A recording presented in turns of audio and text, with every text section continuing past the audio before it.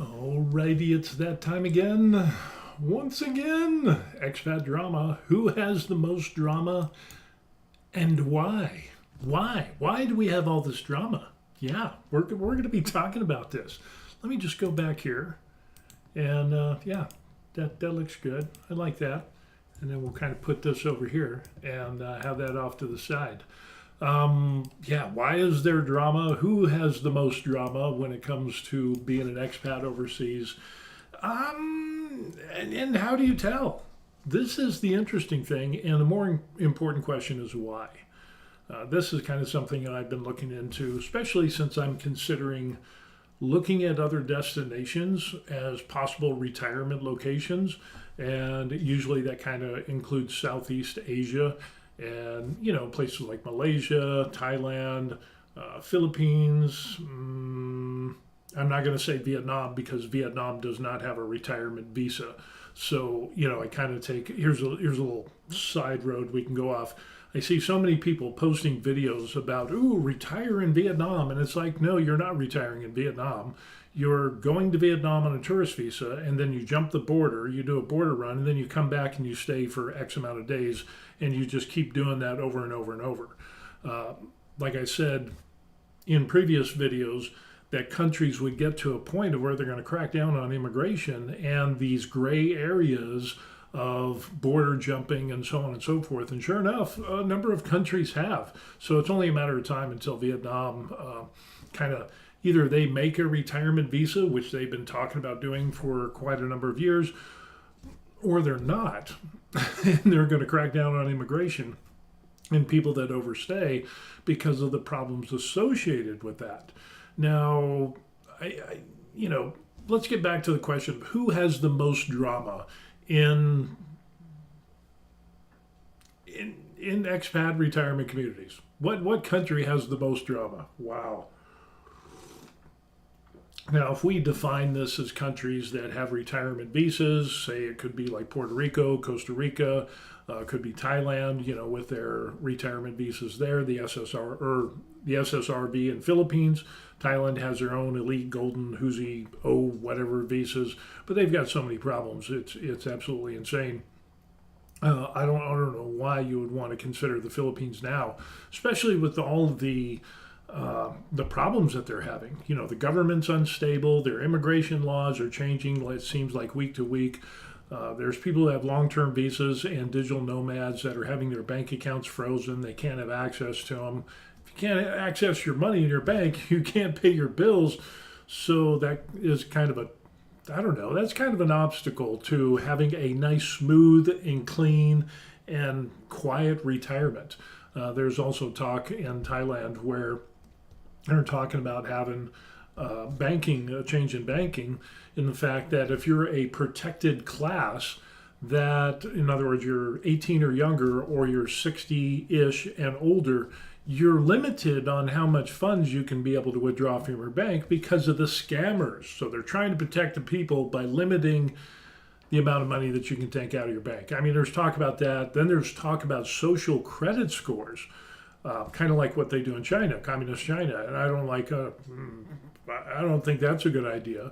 Instead of dealing with the problems at hand, it seems like Thailand is so fractured that, let's do this and let's do this and let's do this. And, banks don't recognize, legitimate visa holders, that have been approved by the government that have their own funds. I mean, we're seeing people with digital nomad visas that are having their accounts frozen, and the banker's saying, hey, well, you don't have a right to work here. But the Thai government says, I do have a right to work here. I am making money. So yeah, Thailand is interesting. The drama in Thailand that we see, and I'm just taking this subjectively, I don't know, maybe. Just looking by what we see on YouTube. So Lord knows there is a lot of leeway when it comes to, where is the most drama? Is this just drama manufactured, just for clicks and views? Lord forbid anybody, just kind of make stuff up just to get views on the video. What are the odds of that happening? So Thailand, it seems like there's some issues there. with the government and immigration and renewals and banking and all that kind of stuff. And they've clamped down on their immigration laws as well, as far as overstays and so on and so forth. I kind of nailed that a little while ago, talking about how countries they're gonna start enforcing immigration. We saw that in Thailand. We saw it in here in Korea, where I'm retired. They're cracking down on immigration fraud and overstays and so on and so forth. Philippines is starting to jump on that bandwagon. Of course, the Vitali thing. If you've been living under a rock, this guy named Vitali, who was a green card holder, I guess he's of Russian descent, a nuisance streamer, went to the Philippines, broke a bunch of laws, and he is in detainment. And it could be a year, 2 or 3 before his case is even heard. So they don't have swift justice over there. It's low and slow, and the wheels grind quite slow. Zombie Hunter. Hey, Zombie Hunter's there. Hey, how you doing? Good. We're talking about expat drama and who has the most drama in regards to countries. And we're kind of basing this off of, just from what we see on YouTube. So just take that with a huge pound of salt. But which countries have the most drama? While Thailand does have some drama, there are some people out there, and I'm not going to name names, that kind of manufacture drama, or their lifestyle is so outside the norm that their lifestyle and the things that they're into causes drama, and it's just, but those are few and far between in Thailand. Mostly what I've seen in Thailand from videos on YouTube is that there's some drama, but it's very little. It's kind of interesting. Zombie Hunter said, "Did you hear what happened in the USA?" There's a lot of stuff that's happened in the USA. What specifically are you talking about? If you're talking about Charlie Kirk being killed, for those of you who don't know, Charlie Kirk was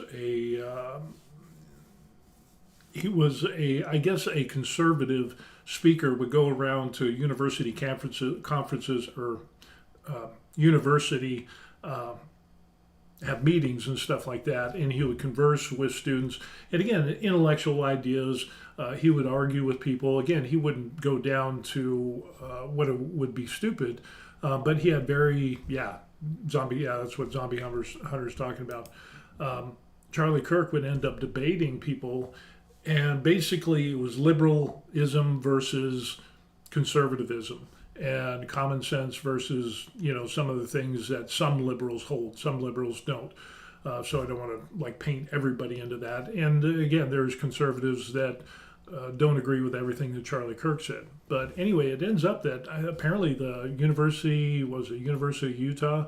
He was doing a talk there, and usually he'd be he'd coordinate with the university, he'd have a tent set up, and he'd be sitting and talking, and then there would be a microphone, and people would come up.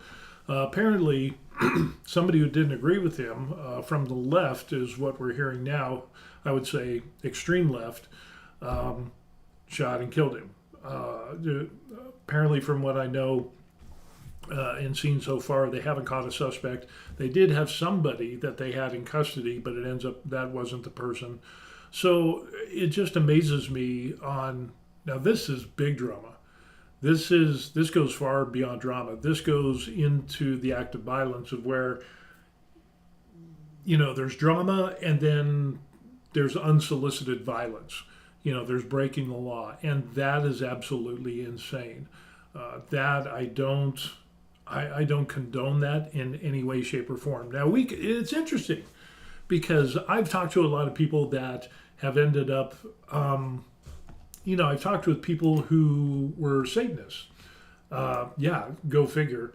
And that's kind of an interesting little deal there, because at the time I believed in God. And so speaking with Satanists and pagans and Wiccans and all of those types of people, agnostics, talking with people that don't believe that there is a God, talking with people of different religions, of Baha'i faith, and, just everything under the sun, even Muslims.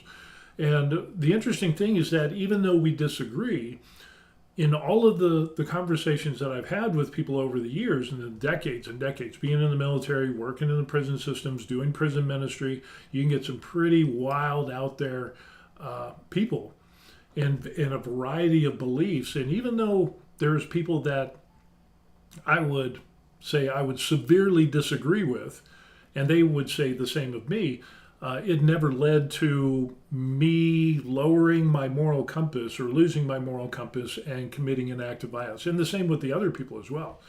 It's interesting because when I worked in prisons for over 11 years, I worked in two prisons, two medium-hour prisons. One was territorial correctional facility, the oldest prison in the state of Colorado, and then Fremont Correction, which had about 1,600 but murderers, rapists, all of these people who had a wide variety of beliefs. And of course you have, white supremacists, you have gangs, Sureños, Norteños, the Aryan Brotherhood, and everything in between, the Crips and Bloods and the whole nine yards. And even though we would have disagreements, because you do get to talk to these inmates and you get to see what they believe and you share, but never has anyone of those inmates or my time in the military, of anybody who severely disagreed with me, ever resort to violence. And unfortunately, that's what we're seeing today in the world is, I think, when we're talking about expat drama, who has the most drama and why? Really, I think this comes down to the United States. And that's kind of sad to say, unfortunately, because what we're seeing is this war of ideology. And if you don't believe a certain ideology or things that this person deems as true, whether they are or not, and if you don't, they resort to violence, we have lost the fabric of civility within our society. And when ideology takes over and we overstep the bounds of the rule of law, that's where we get into decay. And it seems like in the United States and a lot of places in the United States, we have lost our moral compass. Crime is on the rise in a lot of cities and a lot of states. And there's a lot of cities and states where crime has not risen because they're proactive in law enforcement, but that's a whole nother thing. But as an individual, from what I see in the time of growing up, going through, doing a career in the military, traveling the world, being in different countries, what I'm seeing is that unfortunately, people are resorting to violence because they're offended. And this whole thing about being offended is that if I'm offended, somehow that gives me the right to create as much drama, angst, confusion, chaos, and even violence, and that's justified. And unfortunately, we see this on both sides of the fence. I'm an independent. So, I like good ideas from both sides as long as it's rooted in common sense and it's good for the majority of people. However, if you come to a point of where you end up saying, well, my belief is this, and if you don't believe this, and whatever action, you should have a right to survive. You shouldn't do this, or you harass somebody because they believe differently than you, and you dox them, or, bullying or whatever it is, you've crossed that line of civility and maturity, and you've really gone to a place of where you're really showing your ass.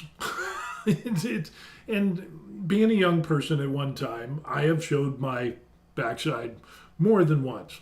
But luckily there was people there that were over me, supervisors, friends, peers, things like that, people in authority that would pull me aside, kind of hit me upside with a 2x4 and say, hey, listen, this ain't smart, But I fear that we don't have that anymore, because now if you're offended, that means all bets are off on everything else. Being offended gives you the right nowadays to do whatever you want, and even if it resorts to violence. So who has the most drama and why? Unfortunately, I think it would be the United States. I don't know. Overseas has got some stuff too. George, hey, George is in the house. Good to see you, George. Yeah, Zombie Hunter is here, and I don't know if Ferrithus is going to be showing up today. Maybe we'll see him.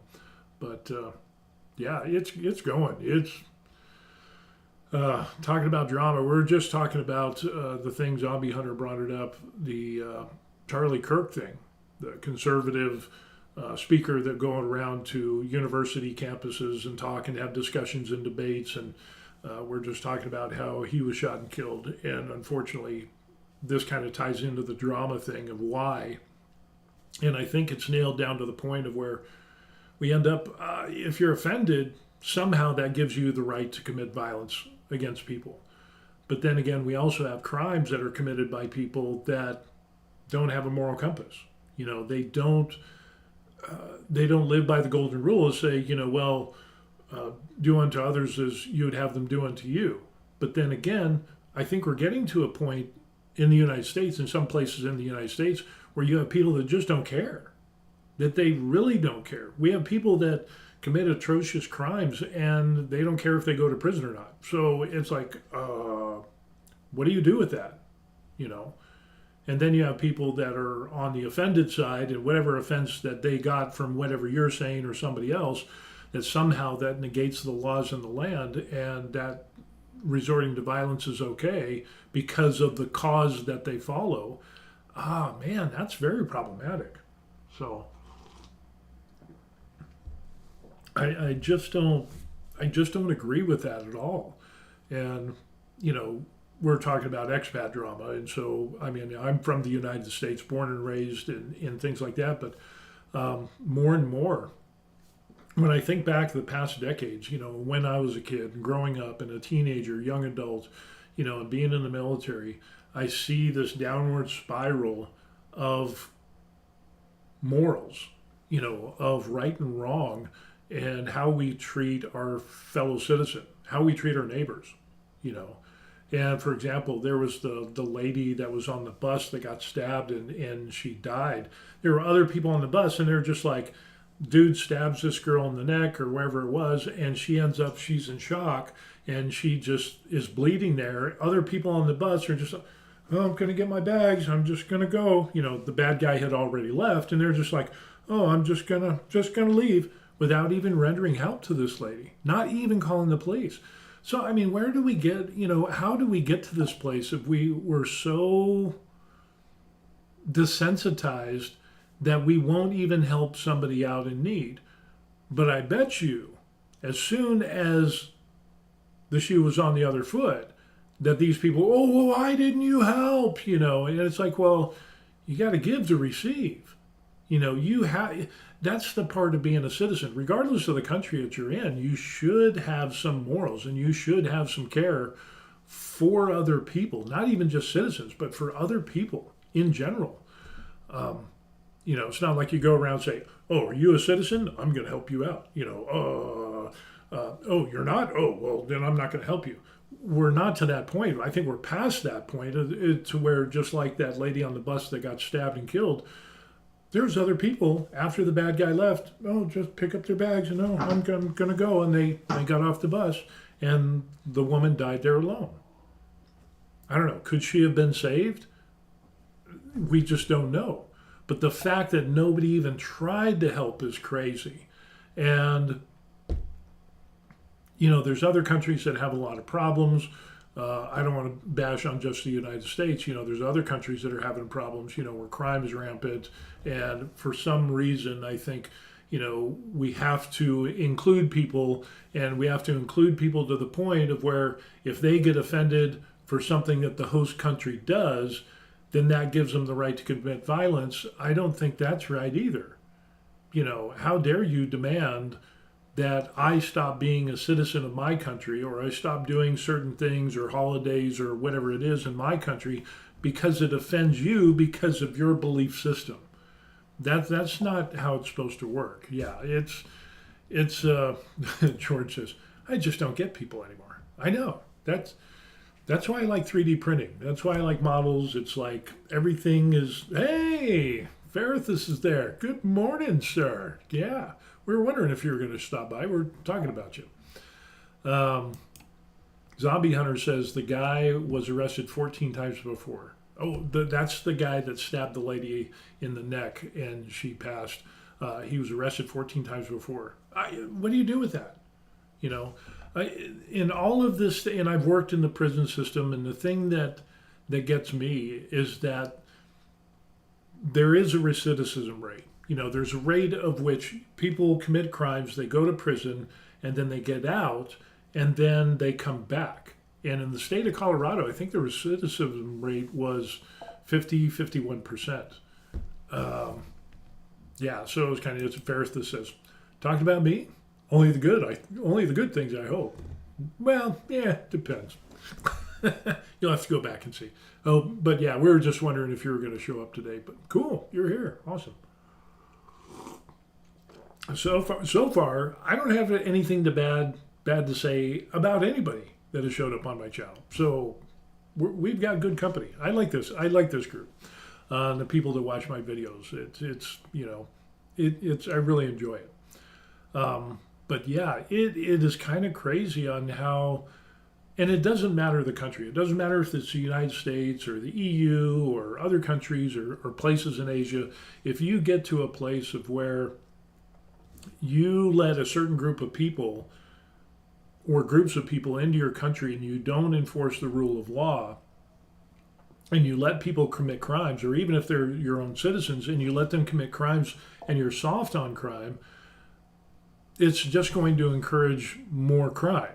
Because there's nothing hanging over the head. There's nothing to deter them from saying, well, maybe I shouldn't steal. Maybe I shouldn't commit assault and battery. Maybe I shouldn't do violent crimes and so forth and so on. Yeah, I just don't get it. It's, but I kind of get it because, the people in the prisons, the prison system and the recidivism rate, getting back to that, prisons will come up with this new stuff. Oh, well, look at this. We have this new program and we need to be more lovey-dovey and this and that. And the fact is, if you get to prison, aside from about maybe 10 to 20% of the people that are in prison shouldn't be in prison, that they're on trumped up charges or not even charged legally at all, or didn't even commit the crimes. And I've actually met people in prison that has happened. The majority of people in prison are there because they did a lot of serious things over a lot of different times. And when we talk about recidivism rate, even if you carry that out and say, well, it's 50%, so 50% are going to get out and stay out, and then 50% are going to come back because they reoffended, they committed another crime. That depends on the time period that you're looking at. It's actually a lot higher. So in the prison system in Colorado, they bring it down to where it's like, well, we don't want to go too far out, because the longer you go out, the higher the recidivism rate gets. So yeah, it is indeed Zombie Hunter. It's a crazy world we live in now. Yeah. Zombie Hunter says, yeah, exactly. Here in Australia, 12 and 15-year-olds were hacked to death by a gang the other day. That is crazy. That is insane. And that's something else. The crimes being committed not only by gangs, but the age of the people committing crimes today versus 15, 20 years ago is insane. I remember the worst crime that you could do as a kid growing up was underage drinking and maybe littering. Staying out or being in a park after hours or, stuff like that. I mean, it was like, maybe, stealing a bike or two or something like that. It was very minor compared to what we have today. And I think we've seen so many other crimes being committed that it ends up that, it used to be, well, kids wouldn't commit bad crimes, but then they started committing more bad crimes, and then it was like, oh, you can't do nothing to me because now I'm a minor. I mean, you can't charge me, and you can't, because I'm a minor, I'll be out. It's no big deal. Well, and then teens started not caring, and they lost their moral compass, and then we started seeing more serious crimes, and then we saw this kind of transition period where judges are like, we're not going to charge you as a minor. We're going to charge you as an adult. And teens were like, oh, that's terrible. It shouldn't be, But now it's becoming an accepted fact where criminals are younger and younger and younger, and the crimes are more horrendous. And it's like automatically, yeah, you're charged as an adult. That's all there is to it. But it's alarming because this is happening not only in the United States, but other countries as well. Faritha says, the U.S. is really bad on that rate. mostly because people aren't prepared for being outside and good citizens, I think. They get out right back into their bad environment. And that's true. There's something to be said for that. And since I have an insight into the prison system, at least in Colorado, for a number of prisons, and seeing parole boards being conducted, knowing inmates, knowing their history, looking up their files, because as they work for me, I would read their files to see what type of person, what crimes they had committed, and so on and so forth. And it's better to be informed about who you're working with, and the counselings and stuff like that. But most people that catch a crime will get charged and caught with a crime in a location, usually go back and are let out in that same location. So there is something to be said for that. You're picked up for drugs or prostitution or whatever it is, the variety of other crimes.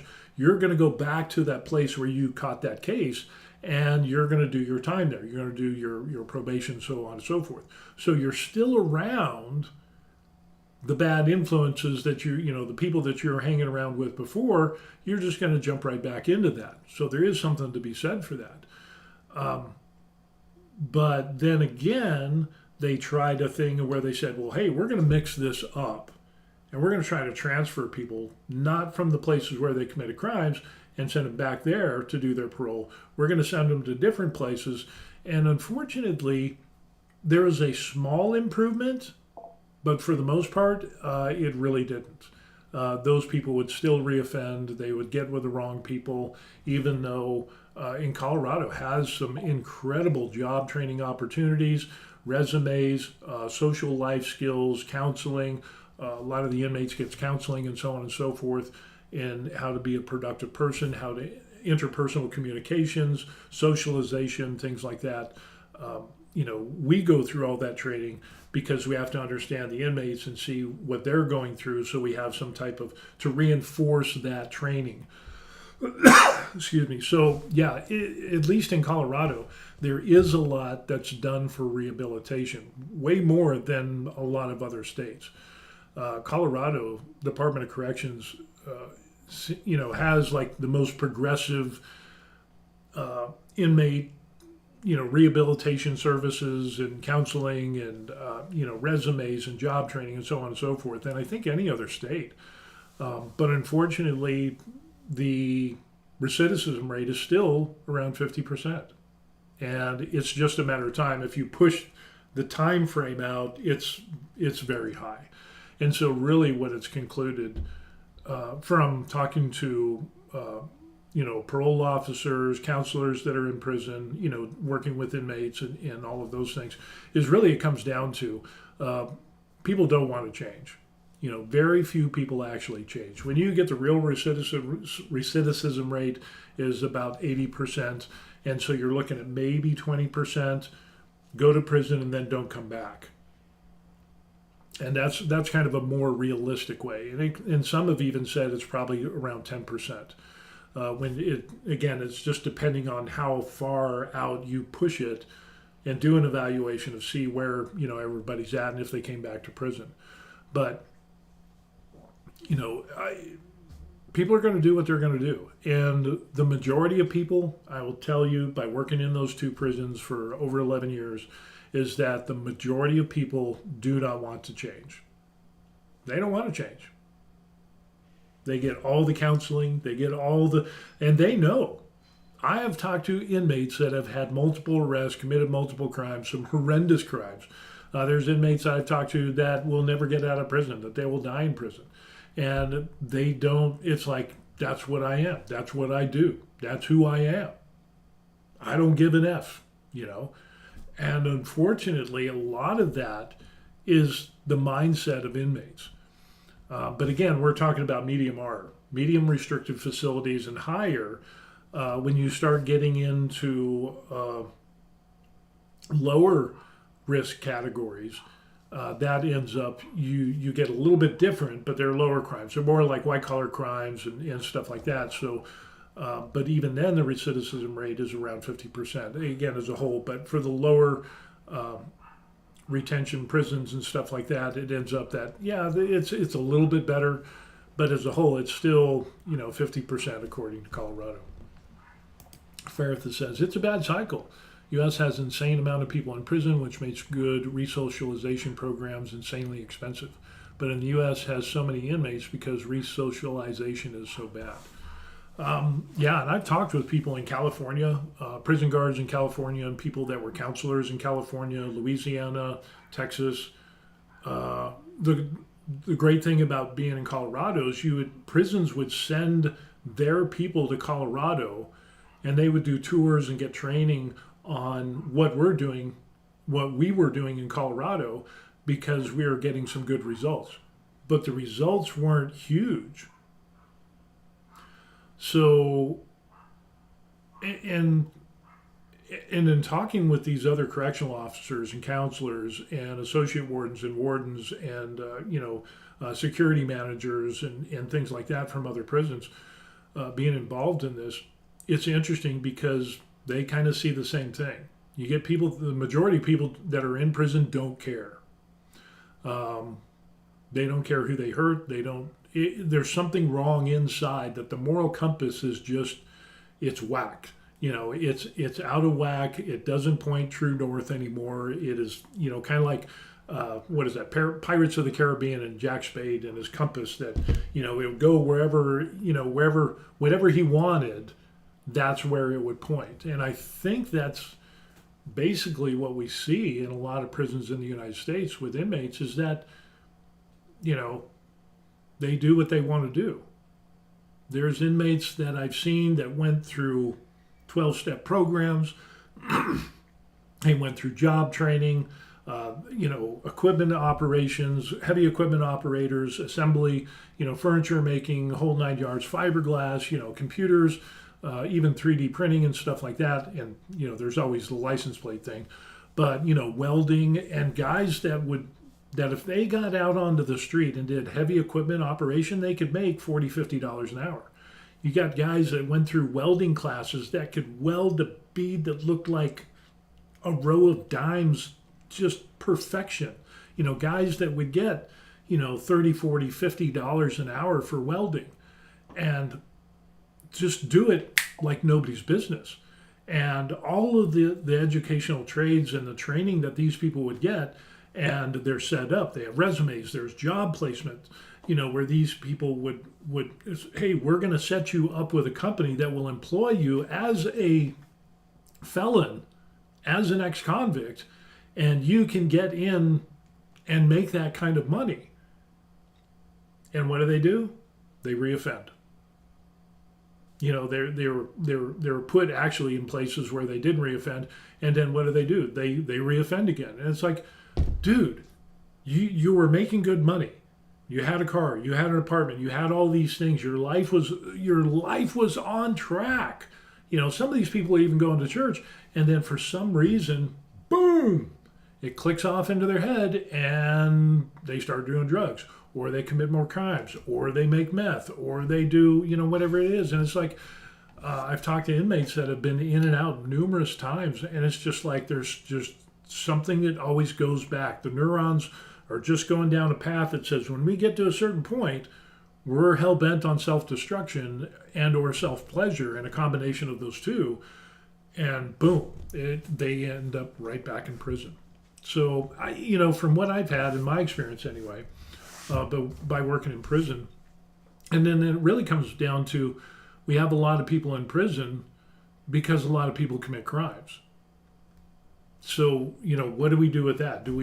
And Colorado did have a thing where they're like, oh, we're overcrowded, we're going to let people out of the prisons early, and, of course it's going to be the lower risk inmates, obviously. But even that turned on them, and we had inmates get out and unalive wardens and, staff and high political figures within the prison system. And it's just like, yeah, that just didn't work out well. And then we saw a corresponding increase in the recidivism when you let more people out. It's just, I don't know. it's really different, and I think it's a cultural thing. But unfortunately, if the culture is flawed to begin with, and the home life is flawed to begin with the mom and the dad and the family unit, which I think for the most part in the United States is fragmented, you're going to get fragmented people, and you know. George pops up and he says, one issue is laws pertaining to mental health. When you have a person with severe mental issues, the most that person can be put in an involuntary hold is 2 weeks. And for those, no family. Yeah.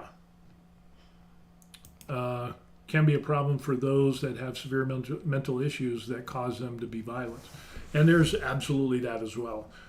There's a lot of people, I can totally attest to this, God's honest truth.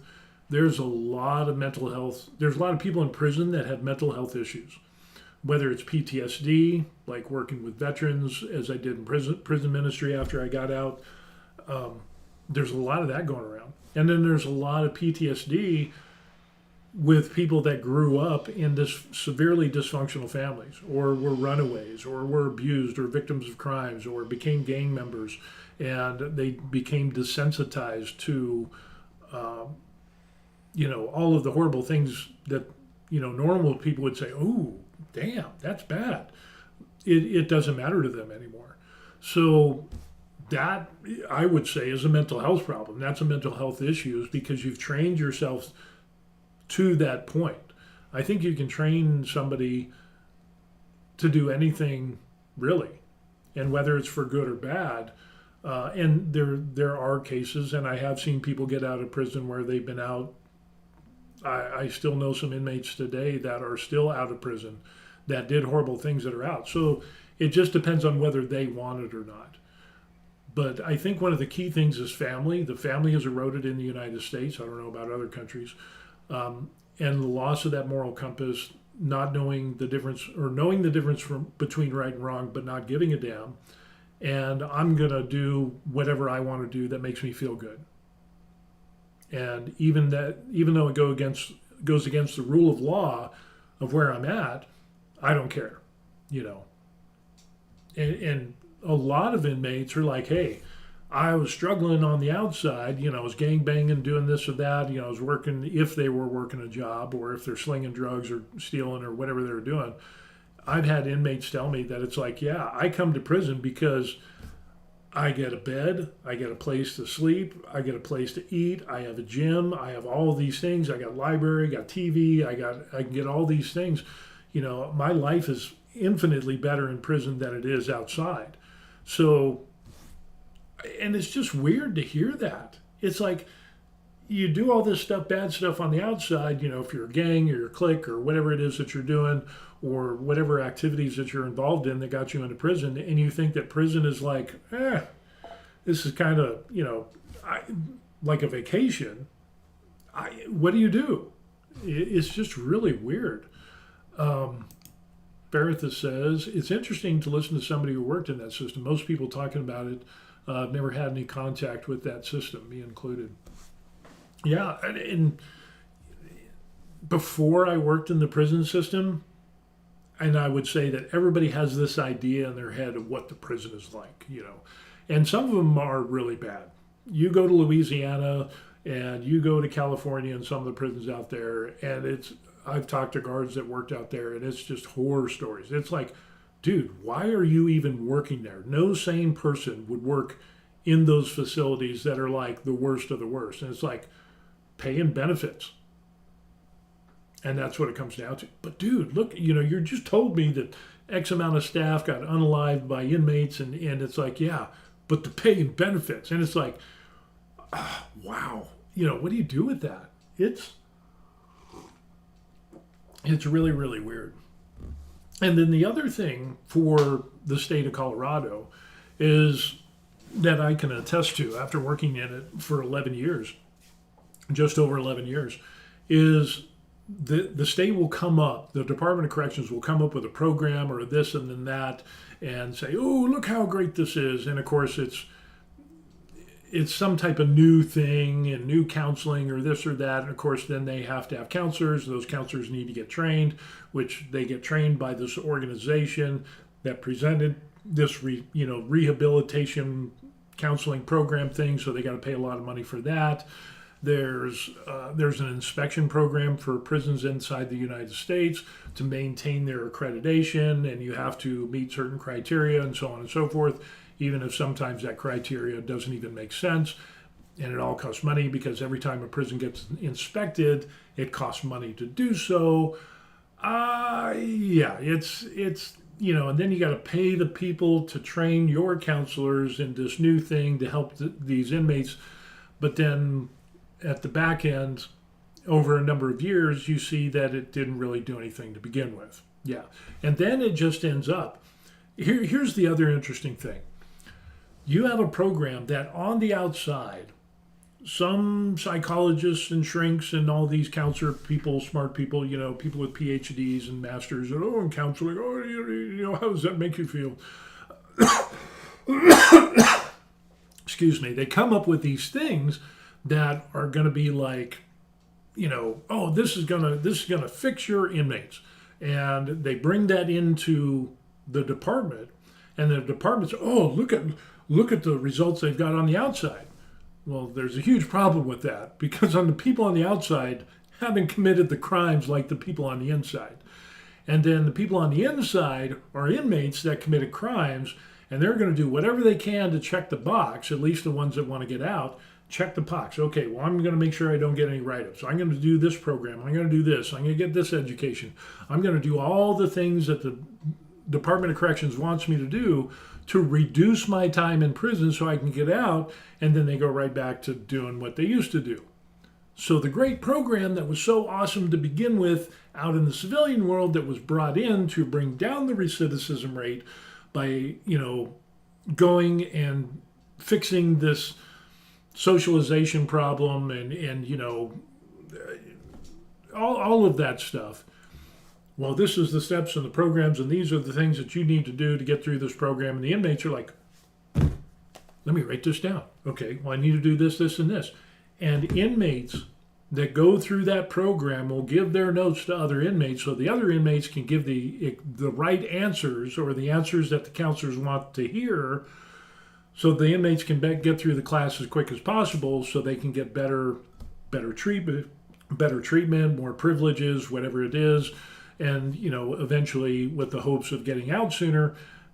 And so really it's, is it really, it could be the best program in the world, but it's like cheating and you give the answers to the next guy, and it's not they don't internalize that training or that reintegration, socialization, rehabilitation type thing that they got going on. It doesn't matter. But that's what happens a lot. I mean, inmates would give notebooks, the 3-ring binders, notebooks that were like that thick, about an inch thick, of all the notes. And these are the things. Well, if you go through this program, you need to do this first, and then you got to go through this, and these are all the answers, and these are the things that they're going to look for when you talk with them, and how you should respond. Because if you respond this way, the counselor is going to say, "Oh, well, you haven't internalized this properly." Yeah, it's like Cliff Notes on steroids. So it's just a weird thing. Let's see. Big thing is also in prisons in America are for-profit organizations. There is a big push for prisons for profit. But then there's a lot. I worked at state prisons, and those were not for-profit prisons. So there are for-profit prisons in Colorado. They are bad. They pay their staff minimal, next to nothing prices. Their standards for staff are really, really low. And there's more corruption in the for-profit prisons than I've seen in state prisons. And that's, as I said, I've talked with other correctional officers and supervisors and lieutenants and captains and so on from other states, and they have come to the same conclusion. So the big corporate prison world it's bad. It's worse. But all they're doing is just housing inmates. And they do it cheaper than anybody else. So that's why individual states will say, hey, we have some budget woes. What can we cut? Well, we'll use a private prison. So on one side, I kind of get that, but then on the other side, but even then, it doesn't fix the problem of a destroyed moral compass and people that don't want to change. So anyway. George says, there is a sad truth that will always exist. Some people will always game the system to the detriment of those that are honest. Yeah. Some people just won't care. There's a lot of people that don't care. And it's just unfortunate. But what do you do? Colorado went that route with and saying, oh, we got too many people in prison. Well, let's cut it. Well, then you let a bunch of people out and then crime goes up again. So where's the deterrent? There is no deterrent. For the little bit of we had overcrowding, now we don't. Look at how awesome we are. And it's just the corresponding, well, they still commit crimes and they still go back to prison. So, 50% of the time. Ferris says it's a money-making machine at the cost of inmates' mental health. For the for-profit prisons, but that still doesn't negate the fact that they still committed crimes. But then on the other side of the coin, we have a responsibility as the prison, when I worked in the prison, is to help rehabilitate these inmates with the best counseling and try, with what the state could offer. And we had a lot going on in Colorado. But and inmates in Colorado are treated really, really well compared to a lot of other states. I can attest to that 100%. Like I said, Louisiana, Texas, California, New York, some of those places, the stories that I've heard from other staff that worked in those states, in prisons there, Colorado's got it going on, hands down. But we still have the same problems. So again, it's just, I don't know. Zombie Hunter says, how's your printer going? Yeah, quick change of pace. Interesting that you should bring that up because we'll do one last thing. George says that we should bring Roy Bean, but that might not be a very good idea. Yeah, look up Roy Bean. He was very controversial, very hardcore. But going back to Zombie Hunter, how's the printer going? The interesting thing was I was getting some varied results for the other people. How many? Yeah. We'll get off the expat drama and we'll get back to that. We'll circle the wagons a little bit and we'll come back to that. But I was having problems with my 3D printer, specifically with my Mac and printing out stuff and not getting the best results. And, always having to force quit, having some problems. And a majority of people are saying, hey, well, with Windows, we're not having any problems. Apparently that's the case because I actually got a Windows laptop. And we ended up getting, look at that there. That is, maybe I can show it. Look at how nice that is. That is so much nicer than what I was getting before. The back end is nice. The lettering's good. If we look into where that, right in there, we can actually see where the floor meets the wall. We don't have any holes. So apparently, I don't know. I guess that's the problem. And the interesting thing is that I actually took the Orca Slicer Benchy and I printed it out in Creality Print on my Mac and I got some of those problems. But I didn't get it on Orca Slicer. But then when I did the Windows, I got a Windows laptop. Boy, it's been a long time. And then I put Creality Print on that, and what did I print out? Boom, came out great. So I don't know. I'm happy with it the way it is now, and everything's working. So, pretty pleased. So, George says, I'm going to try some silk PLA this weekend. Any tips? No, I haven't done any silk PLA. I've just done PLA, PETG, and I've got some ASA or ABS that I haven't used yet. Most of my stuff is PLA, but the PETG did good, just had to, and I think people now the settings and the profiles, the standard profiles that you get, are tweaked even better now than they were, 6, 8 months ago or whatever it was. And so, yeah, stock profile, do some tests, and you should be good to go. Zombie Hunter. First time I heard that about Windows. I know, right?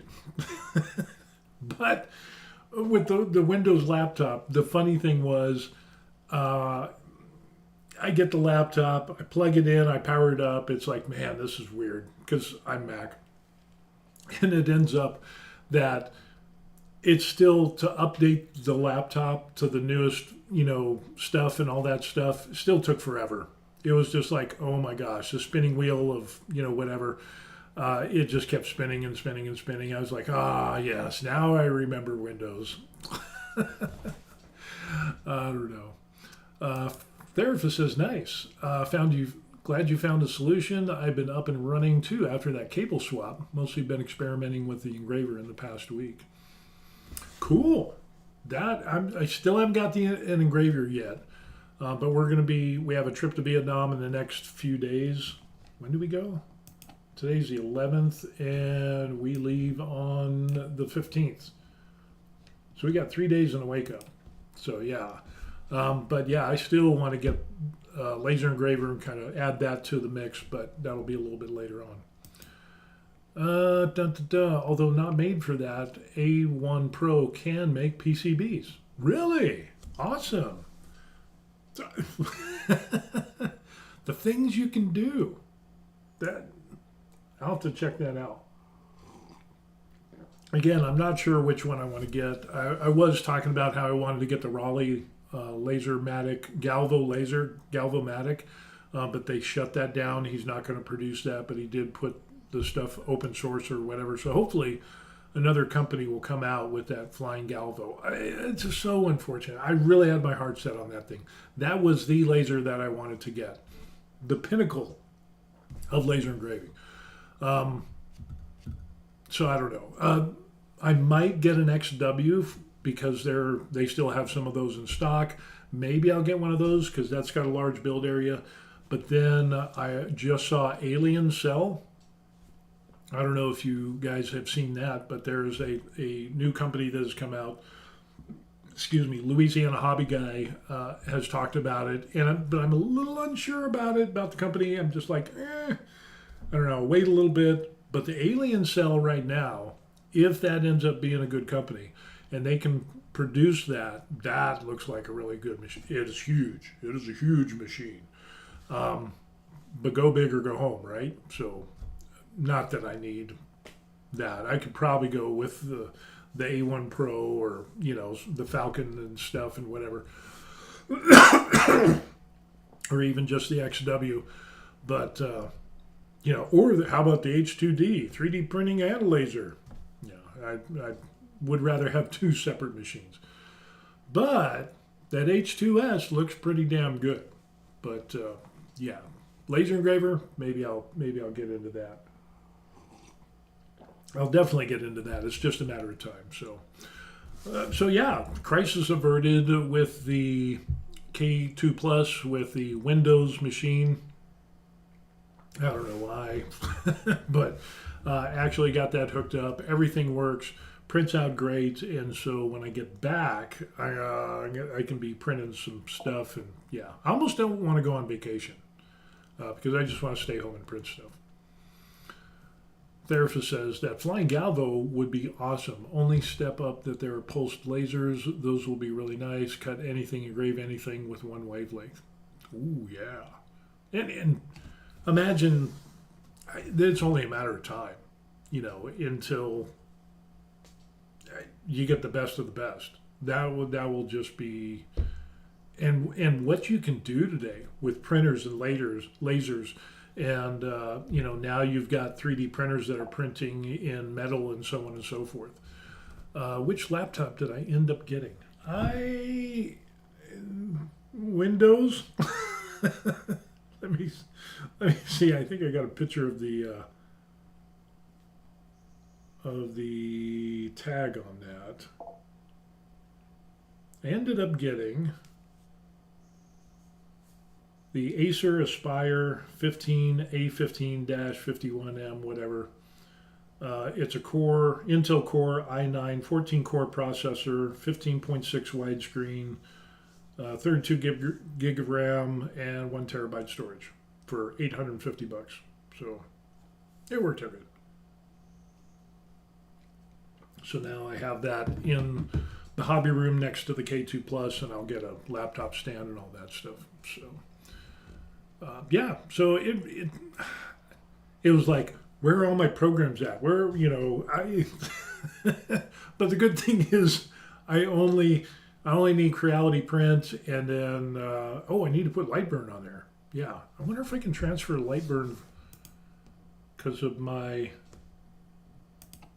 Man, I haven't started Lightburn in a minute because I bought Lightburn, and I'm wondering if I'm going to be able to transfer that over to the Windows, my license. I don't know if I can do that. But Lightburn is a real good program, so we'll see how that goes. Man, I haven't run Lightburn in a long time. So maybe I should change this to Expat Drama, since we talked about that. And I had an idea of what I was going to talk about. And 3D printing stuff and laser stuff. There. How's that? we can kind of change this up a little bit. And yeah, so that way it's more of what we're talking about. Yeah, $850. It was a good deal. I think it turned out pretty good. Zombie Hunter says, yeah, they should have released the H2S with the H2D. I kind of figured that's what they were going to do. So when there was rumors about the H2D, everybody's like, oh. Everybody got their, panties in a bunch, and then next thing you know, everybody's buying it. And then I knew, because that's how they do it, that later they would come out with what people originally wanted. And so now they're like, I bought the H2D, which was way more expensive, and now they came out with what I really wanted. And yeah, so yeah, I knew that was going to happen. Let's see. Therapist says, pretty fast for your printer. Nice thing about Windows is compatible with everything. So for any sort of maker or hobby stuff Windows, it's just superior to Mac. It's true. It's true. But I still love my Mac. But I'm having issues, now that you brought that up, I'm having issues with my Mac and my video switcher. I was using a video switcher because I was using my Sony AX53, a 4K camcorder, and put the camera into that. And then I'm filming now. I've got the Facecam 4K, which is doing a great job. I like that. And then I tried plugging that in with a video capture card, Whoosy thing, to take the 4K Facecam into the video switcher. And then my Mac's like, duh! It's all tarted up, and it's like it doesn't like it for some reason. And so now I'm having issues with the video switcher in the Mac, and it's just like, seriously, really? I don't know. Maybe I'm just gonna have to therapist. I bet Windows software for that switcher runs without issues. Probably.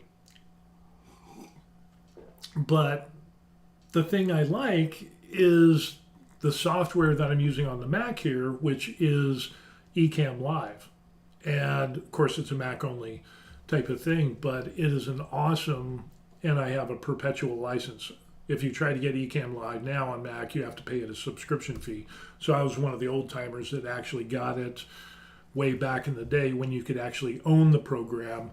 And I just love Ecamm Live. It is really, really good. So I don't know. I'm going to have to dig into what I'm doing, and maybe I just need to take everything apart and get back and I don't know, see if I can make this thing work again. Because yeah, as soon as I got the Facecam 4K and I got that in and it's working, it's USB, it plugs in, and it's USB, or whether it goes to USB-C into the Mac, it works great.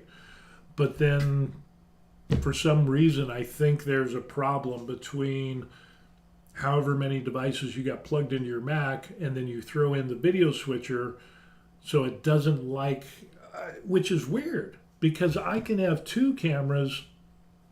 Like here's the other view, top-down view. That's a Logitech Brio. So I can have these two cameras, the Facecam 4K and the Logitech Brio. I can have those plugged in, but if I plug in another USB camera, sometimes it likes it, most of the time it doesn't. And so, but if I try to do just with the video switcher, now it doesn't like the video switcher. So I don't know, maybe I just need to, like I said, maybe when I get back, or maybe I'll do it. I'll just shut everything down, unplug everything, and just get back to Barney basics, and then just kind of build up, because maybe there's just some kind of internal switch or code that doesn't like it. And if I try to get everything into the video switcher and then plug that in without any USB cameras in the Mac, maybe that'll work. So,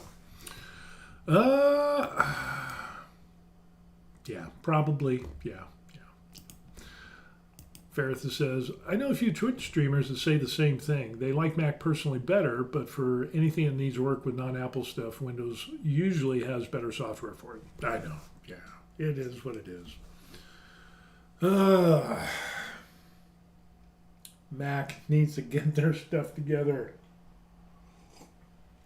Or make a video switcher for Mac. I haven't even checked into that. But a video switcher is a video switcher. Oh, now. Remember when I said I turned on Lightburn? It just popped up. But I wonder if I could transfer. Oh, it is so nice. Now I want to laser engrave stuff. It's like, yeah. There it is. I don't know. It is what it is. Maybe one of these days we'll definitely get back into laser engraving. But I wonder if I could transfer this license over to my Windows machine, because I'm not sure about that. I'll have to units, grade, display, import, export.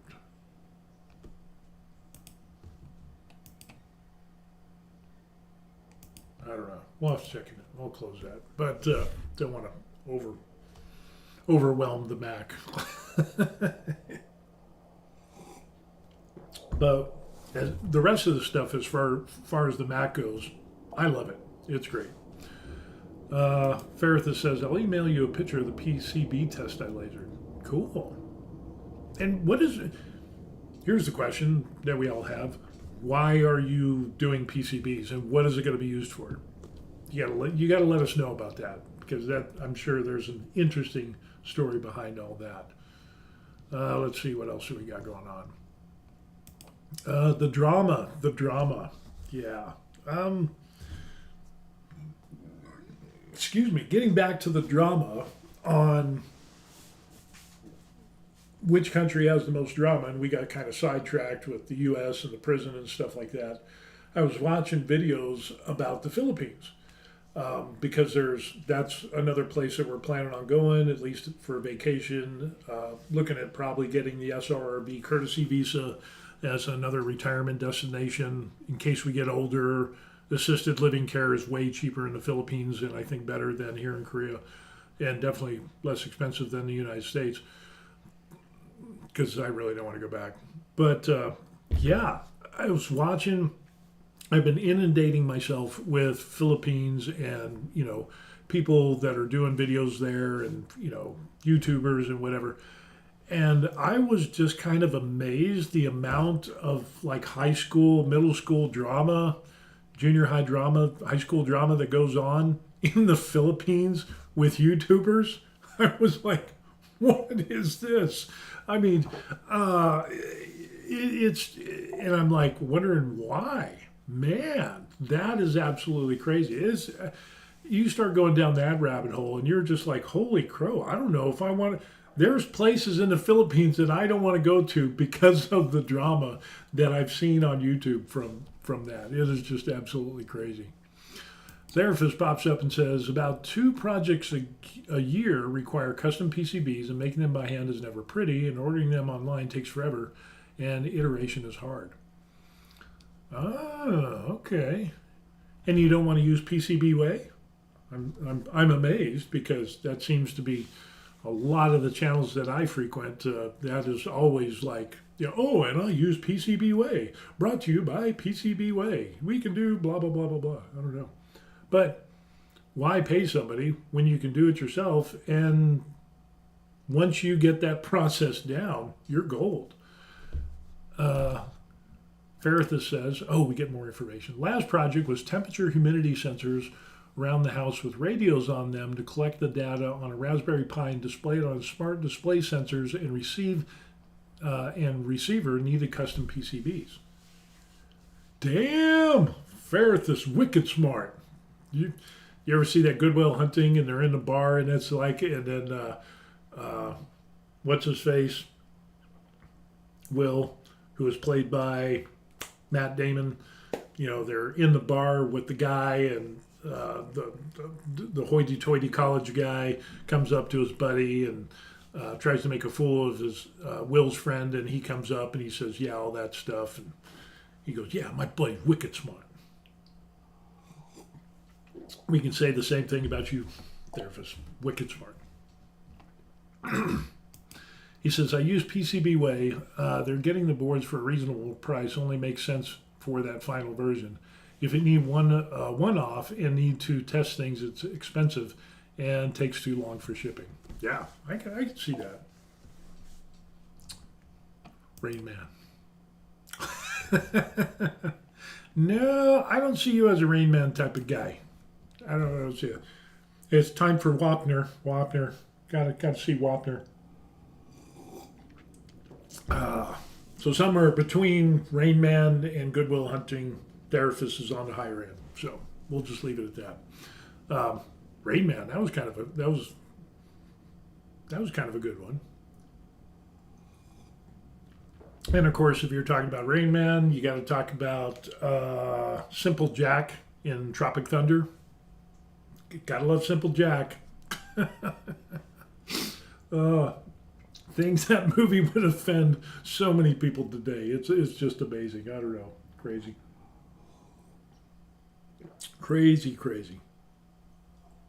Did a little bit of a different blend on the latte this morning. I'm doing a hazelnut vanilla bean. So it has this hazelnut vanilla taste and aroma to it, just very, very faint.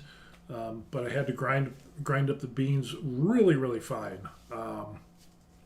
It took a while to dial it in, but it's got a nice smooth flavor to it, so kind of good.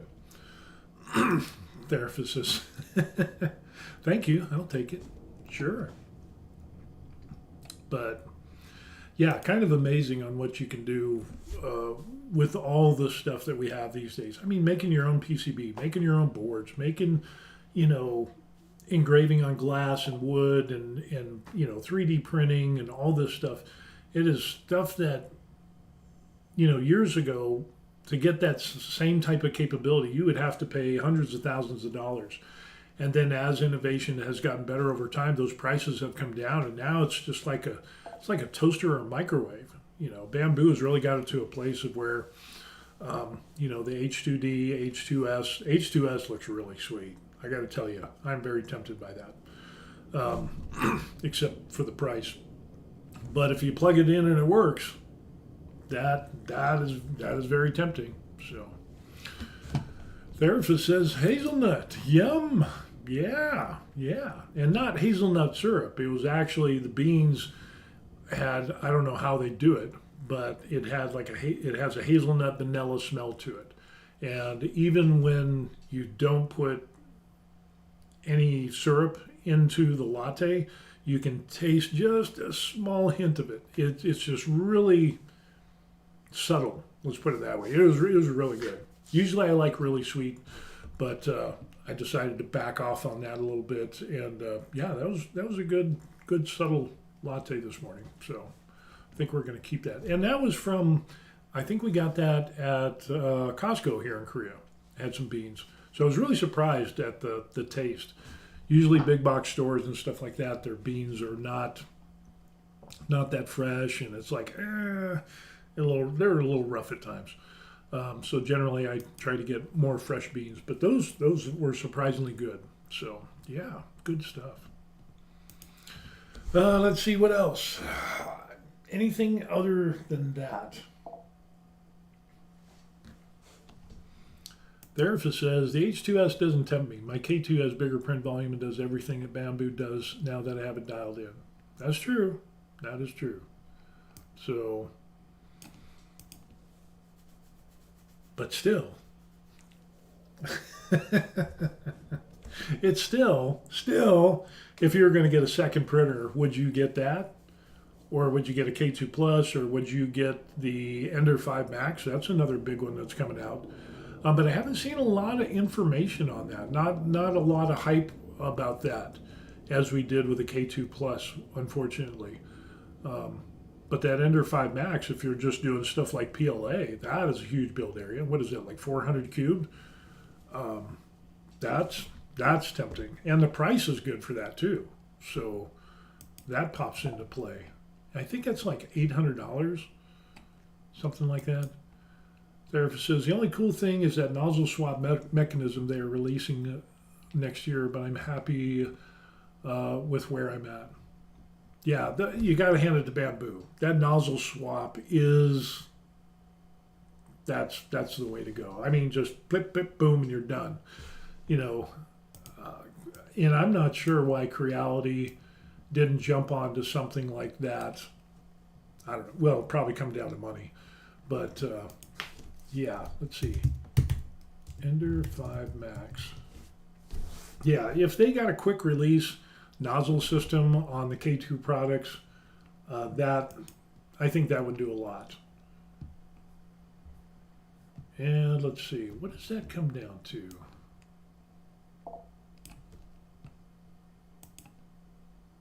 Therapist says, if I got a second printer, I'd get the K1C or K1 Max, but unlikely. I don't know if I get a K1C or a K1 Max. I don't know. Let's see. Oh, let's check out, boom. How about this here? Oh, let me move this over here. And let me put my happy smiley face over here. And we'll check out, we'll make that smaller. So there's the Ender 5 Max, $850. And, whoa, hold up. What are we doing here? Oh, okay. I know what's going on. 700 millimeters per second, Core XY, 400 cubed. So that's a big build area. That is pretty big.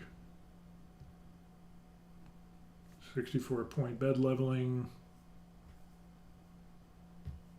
Of course, build volume, print farm, whatever, optional enclosure.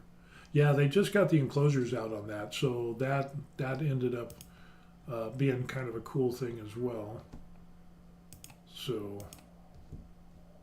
let's see, we can just kind of do something like this a little bit, kind of drag me into frame. But Therapist pops up and says, the only problem with that nozzle system is you still need to cut, retract, and feed other filament. So time saving is not that huge. A multi-extruder printer has advantages here. Yeah, that's absolutely true. I mean, and you would think, you know, especially with their prior enclosed printers, that they would have incorporated that into this system as well. But I don't know, maybe they would, but that's you know, $850. That's still a pretty good printer. But just still haven't seen a lot of videos on that. So, but not bad. Not a bad printer at all. But yeah, you're going to take a little bit of time on that. Yeah, like you said, you got to do the cutting and all that stuff. And that's it. That would be like the only thing that would give me pause on that. I don't know. We'll see. We'll see. But when I get back, excuse me, I'm going to be printing out this thing here, which is what is it? The Doomslayer, whatever. This is the horrible print version when my printer was not acting right. But this is kind of like a 50 caliber, and this is going to go for the Doomslayer that I'm going to end up doing. But basically, yeah, I'm going to blow this up so it's like 46 inches. I think I got it out to where it was like, yeah, around 40 some odd inches. So that's going to be a big, big gun. So I'm looking at doing that. Hey, sweetie. Hi. Have fun? Yep. Good, good. But yeah, eventually, I think I'm going to reprint this. Matter of fact, now that my printer's squared away, so we can get a better sense of what that's going to look like. Because it is a really small model. So yeah, that'll be kind of an interesting thing. There says for multi-material, I'd also want to include TPU. For that, you need a dedicated extruder. Yeah, yeah. I haven't done TPU, so I don't know. I don't know. Is that the crack that I need that I don't have? Oh no. But yeah, I'm sure. We'll see. We'll see what happens with that. But yeah, we're going to do some other printing when I get back. Now that things are working well in the way they should be, and yeah, it is what it is. And I don't know why. I don't know. Creality just needs to get their Mac game up to speed, or I just need to go back to full Windows. No, I won't do that. I won't do that. So, yeah, there it is. There it is. Going to Vietnam, like 3 days, 4 days, and a wake up, whatever that is. That'll be interesting. No printing, none of that stuff. But the good thing is, and it's going to be hot there. It's supposed to be in the 90s in Hanoi, so that'll be miserable, hot and humid. But then when we go to Sapa, it's supposed to get infinitely cooler, be much nicer. And then Franzipan, which is like the highest mountain in Indonesia, it's like 3,000, what is it, like 3,000 meters high, 3,100 meters high or something like that. It's going to be pretty cool up there, so I love that. So, yeah, should be good, should be good. Nice, nice. So, and then when we get back, we'll be able to do some more printing stuff. And yeah, I'd like to get more towards that, building that big rifle up, slice that thing up, and then I think I do already have that sliced up and ready to go. Let me see. Doomslayer helmet, gloves, heavy cannon. Is that it? I think it is. Heavy cannon, full size, and it is cut into pieces. And, oh, what I can end up doing is this. This is what that heavy cannon is going to look like, cut into pieces. So we will get that up and running. So that should be pretty good.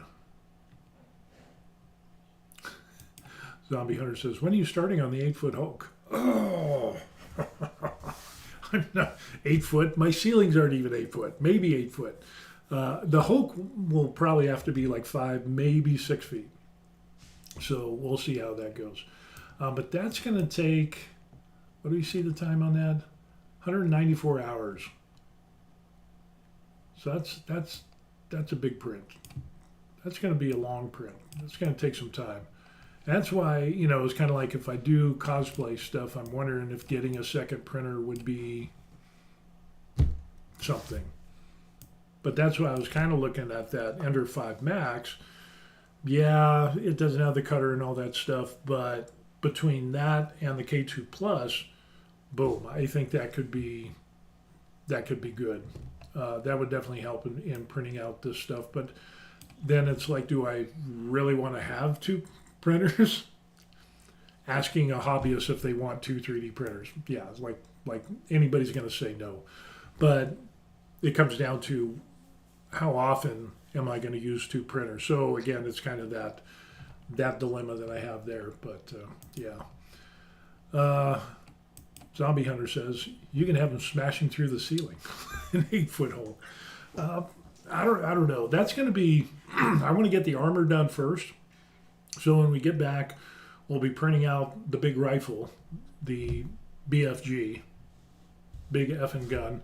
We'll do that, and then between that and processing the helmet, and then doing the armor. I don't know. Maybe having a second printer would be a thing. Zombie Hunter says, I had 5 printers at one stage. That would be wow. That would be wow. Therapist says, tapes print I had so far was a Buddha statue replica of a friend's garden statue, 54 inches. Wow. The largest print, not tapes print, largest print. Yes, largest print. That's pretty cool too. So yeah, I would like to do the Hulk. That's still on the burner. I want to try to do the rifle and the cosplay armor for the Doomslayer first. And then, of course, there'll be a bunch of squirrel moments after that, or during that process of doing other stuff and making content or whatever, or just stuff that, hey, that looks cool, like the what was it, cell phone teleprompters and the teleprompter stuff. I still haven't printed out the full-size teleprompter thing, so I still might print that out just for the hell of it and see what happens. But that begs the question. Now that I have the 4K, Facecam 4K, what is the diameter of the lens? Zombie Hunter says, largest thing I printed is my life-size R2. Ooh, cool. That would be awesome. Let's see here. It's about 50, I'm taping, 54 diameter. So that should work. Yeah.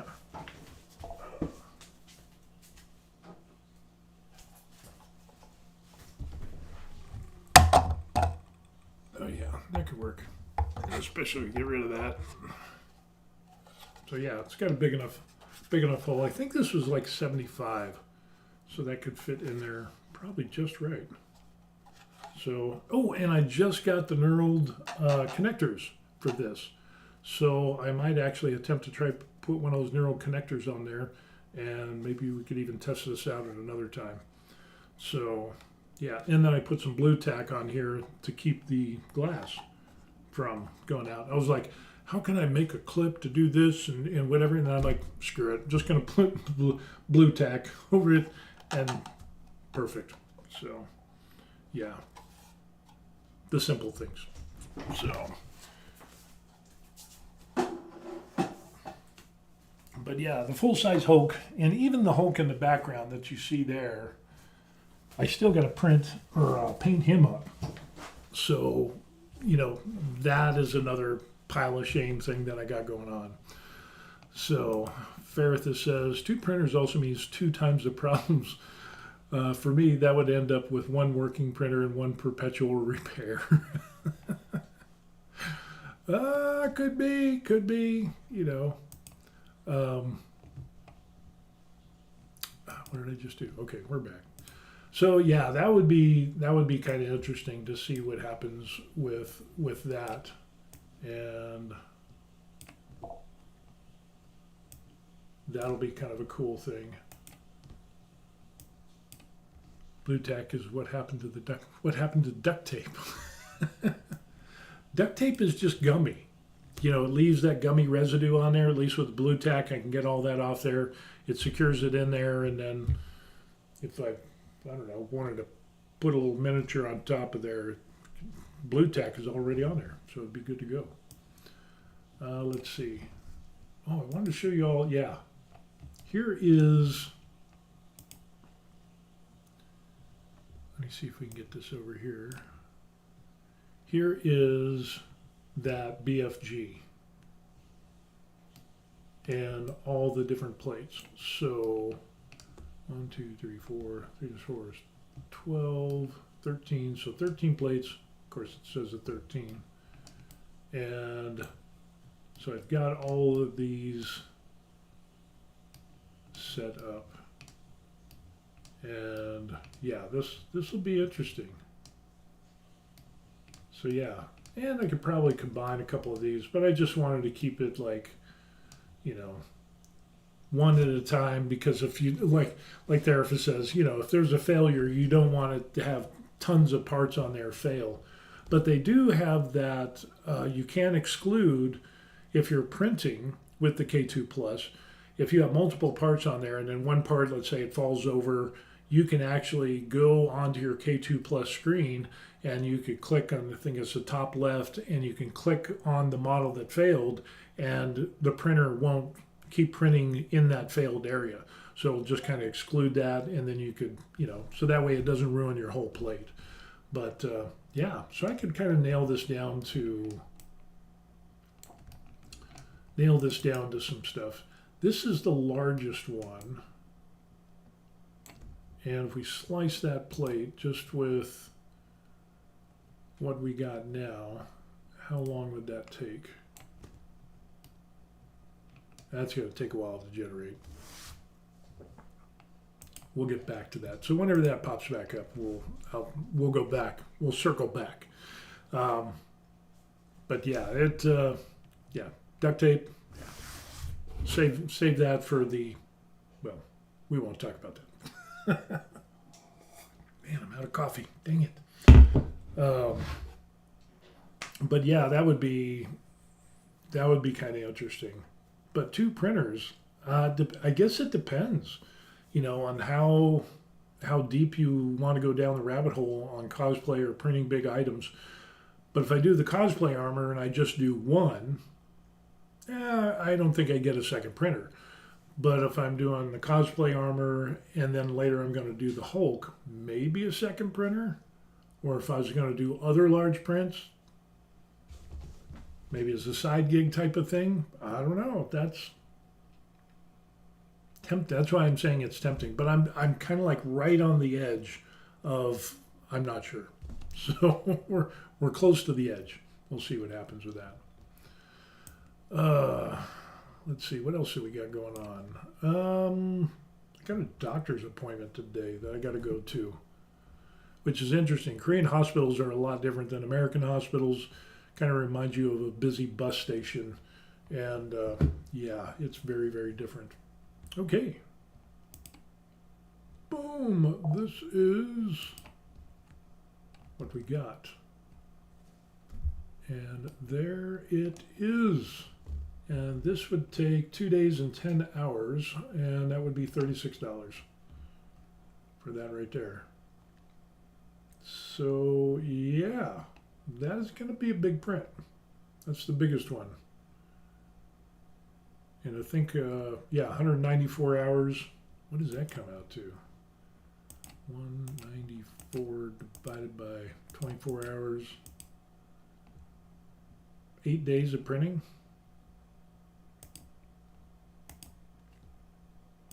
What is that song in the Christmas song? Partridge in a pear tree and eight geese a laying is what it is. I think we got 8 days of printing. So yeah, that'll be interesting. So yeah, fun stuff.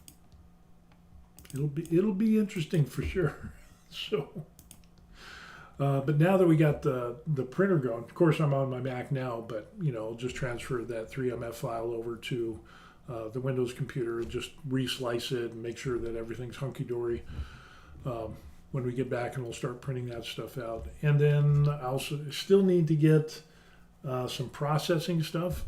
I need to find locally here in Korea where I can find like Bondo. So I want to get Bondo. I can order it, but it's like kind of expensive.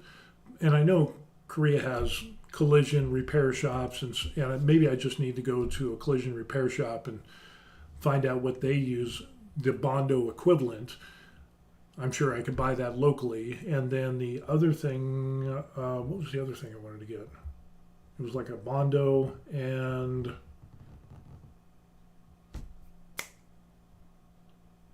fiberglass resin to add that to the Bondo. I saw a few videos on that and how using the Bondo to smooth out the helmets and so on and so forth works really well. The other thing I could end up doing is using UV resin. So I'm considering that, and I got to find, of course, I got to find a source for that locally. So I'm considering that, but definitely the Bondo, and then the fiberglass resin added to the Bondo allows for a little bit, you can make it a little bit more liquidy, and so it's kind of a little trick that I saw a guy do, and that looked kind of interesting. So at least the Bondo as a minimum, so that should be good. Zombie Hunter says, I sand my print smooth first. Yeah, I've got the palm sander, I've got the the sandpaper discs and all that stuff, so I'm ready to go. But yeah, when we get back, and you've seen that thing with Uncle Jesse where he had that big tote, and then he had it with the glove thing to kind of contain the stuff that he was sanding. Obviously, that's what I would need because I live in an apartment. So I'll be doing that. But the problem was I almost had that up and ready, but then I had something fall on the lid and break the lid, so I got to get another lid. So we'll get that. That'll be another thing that I get going when I get back, and to start sanding down that helmet. We'll see how that goes. I'm currently using some wood filler to get some of the really bad overhangs underneath on those edges there, and then smooth that out, and then eventually go back to the Bondo. I have to remember that Bondo has always been a pain to work with. Yeah, I've done a little bit on some car stuff before. It is what it is. It's what else you got to do? I mean, and that was the appeal with the resin. Put the resin on there, that smooths out. It's kind of liquidy, and then you boom, flash that UV light on there, and you get a real smooth surface really quick. So it kind of minimizes the amount of sanding. So you're still gonna have to do some sanding, but yeah, I don't know. We'll try a couple of things. Oh, which reminds me, I just finished up a small helmet.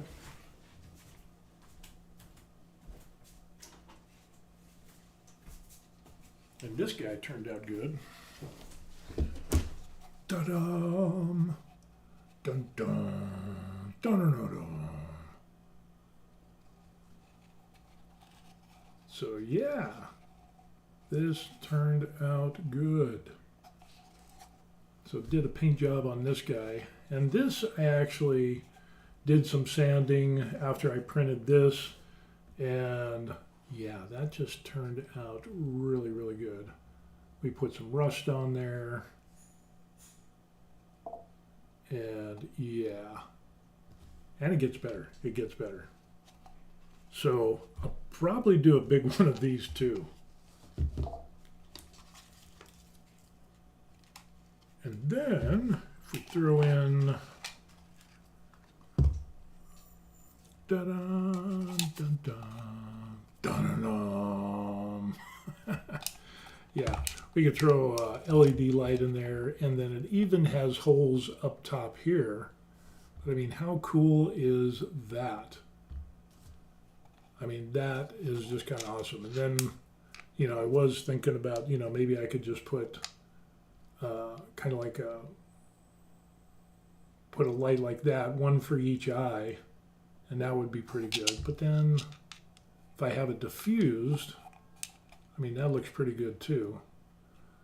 So, but I might end up doing a little bit of diffusing with like a red film or plastic film or something, or maybe I'll just end up maybe just doing something like that and just kind of glue that in there. So that looks kind of cool as well. Of course, everything is backwards now. So just kind of glue it into the center there, one for each eye, but that does look, that looks pretty wicked. So, and then with the little 4 AA battery pack, it's already got a little switch on here. I picked that up. So yeah, this turned out really good. This is, and a big size helmet on this. Yeah, it's definitely going to be in the making. So it looks good. Good. The chaplain approves. Like and subscribe. Or else. But yeah, this is kind of fun to do. But with this, I ended up going through, I sanded some areas. I did use, what did I put on here? Did I use some wood filler? I think I used a little bit of wood filler, but it's still a little bit grainy. But yeah, definitely did some sanding on this, and it came out pretty good. If this thing will focus. Come on. But it turned out pretty good for the most part. You know, we don't see layer lines until you get to the front where, you know, you start to see the face and underneath. And of course you got a lot of under the eyes. Where is it? Where's the eye? There's the eye. So you got some layer lines and stuff under there, but because of that overhang. But man, this turned out really, really good. So this is going to be definitely a helmet that I'm going to print. So that's on the list as well. So many things, so many things. But if I had multiple printers, I could do multiple things. So yeah. Skull looks awesome. Skull looks cool. Yes, it does. Skull looks good. So I ended up, and I did some airbrushing on this with Army Painter airbrush set. With this, I used like 3 colors that they end up having, so like a darker color and then a lighter one, and then the charred or bleach bone for the highlights, like kind of on the temples and on the eyebrows and nose and the cheek areas, you know, like where the sun would hit it or light would hit it. And yeah, it came out pretty good. Pretty dang good. And then the hoses on here, those were just, that was an old airbrush hose. And it just so happened that as I sized this down, because I wanted this to kind of be the size of the servo head that I have on the K2 Plus, I wanted to kind of have that same size. It just so happened that these was just enough to work. I mean, they could be a little bit bigger, but you'd never notice. So yeah, this turned out really good. Really happy with this. And with the LED light in there, boom. Oh, that reminds me. I ended up getting a set of lights. And so we got that, and we can change it to red. So we could do like that. If I end up making a stand, oh, that's even better. So I just need to come up with like a base. And then, yeah, I could like change the colors. Green, blue. Check that out. Ooh, green's not bad.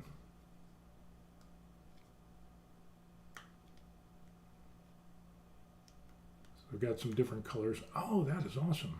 That is pretty cool. So, and I picked this up at Daiso at a Korean store. There's actually 4 lights that come with a controller. So yeah, that turns out pretty cool. That is nice. Yeah, I'll have to use that instead of that single LED. Turns out good. Nice, nice, nice, nice. Zombie Hunter's like, yeah, so much to print. Yeah, but this is just a little, and it's got its own little, so you can either turn it on by pressing that and running through the colors, or you can use the little remote that comes with it. But there's like 4 of these, so yeah, kind of cool. I like that.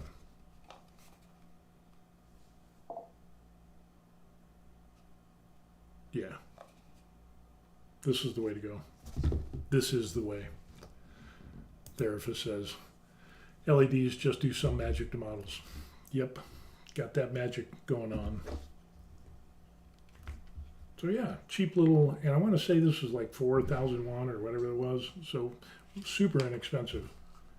But yeah, that is awesome. I like that.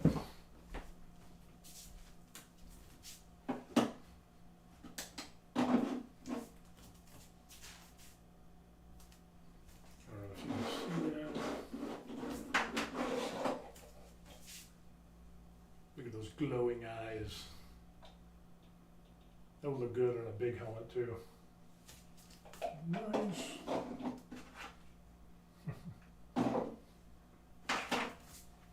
So yeah.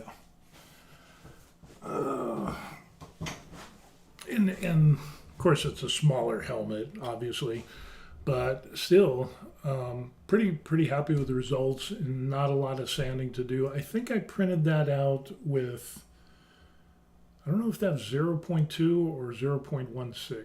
I can't remember. But of course, 1/6 it would take a hell of a lot longer on a large size helmet. But yeah, Therapist says, and that's where custom PCBs and microcontrollers come in. LED lights, the magician, the sorcerer. That is Therapist. Yeah, that would be good. Good stuff. So yeah, definitely so much stuff I want to print, and then, but then again, I want some of the stuff to be something. Looking cool stuff is good, but then I also want to print stuff that I actually want to end up doing. So for example, yeah, like the cosplay stuff, I think that'd be kind of fun. Let's see, that helmet. Where was the Chaplain helmet?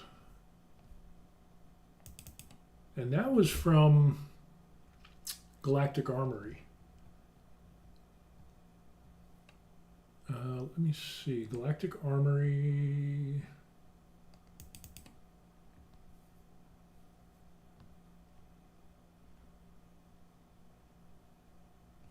Chaplain helmet.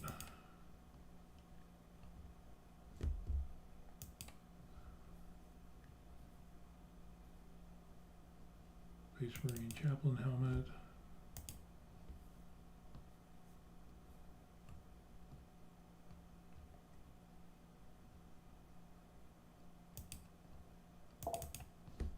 I don't know, I'll have to, I thought I had that already ready.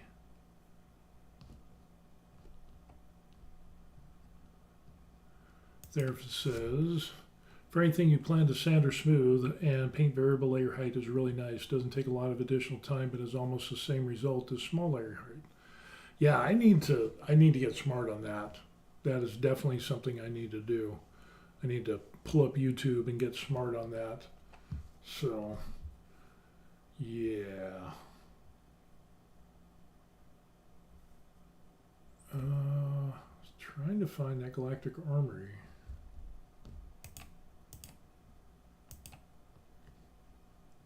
Galactic Armory. Let me do this.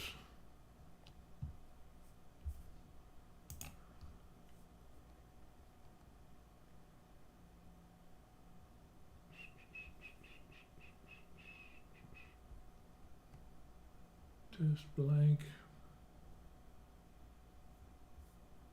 What did I, Warhammer Chaplain helmet.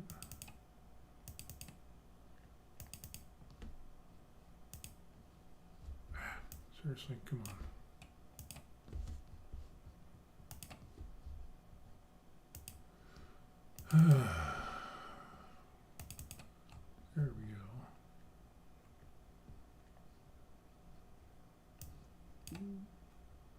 And the Chaplain helmet was the one, like I said, from Galactic Armory. I purchased that before the cease and desist came out. All right, enough yard work. I'm having a shower and dinner. Enjoy your day. You too as well. Thanks for stopping by. Appreciate that. Have a good one. Enjoy the dinner. Good talking with you as always. We'll continue on. Here's this chaplain's helmet that we ended up. What do I want to do? I want to do that right there. So there's the chaplain's helmet. And then what I ended up doing, someone recommended and said, well, if you download a head, and it's basically kind of got the circumference and measurements of my head, basically. Use this as a model. And what I could end up doing is, of course, I could make that a different color. But to use that as a way to kind of scale the head. So there's the full one there, or you could do it in parts. So I think, let's make that in white, and then if we take this, what it could end up doing is going through, and you can kind of see how, it would be really cool, as if they had an opacity setting. So like for something like this, that what you could end up doing, because you got to see if your head's going to fit and so on and so forth. So yeah, we can like pull your head back, and you can. That's definitely going to be more than enough room for your head, and you can see the outline of the head in there. But it would still be nice if you could like change the opacity of the helmet itself, and then that way you could that would be good for being able to see if you're hidden somewhere on there. But for the most part, you got a lot of room in there, so that would line up, and that's a big helmet. But the good thing is, I think I've got that sized to where there's more than enough room in there, and the helmet's going to be big anyway. It's supposed to be big. I could go through and like change the scale a little bit. And this is another thing that I don't like, is that it's not squared. So when you do the scale, it's got that weird look to it. So like on the scaling here, you could do that, but it's like the X, Y, and Z is just kind of a weird setup. So there, if it says you can use that slider on the right to slice down from the top and see all the clearances. That's true.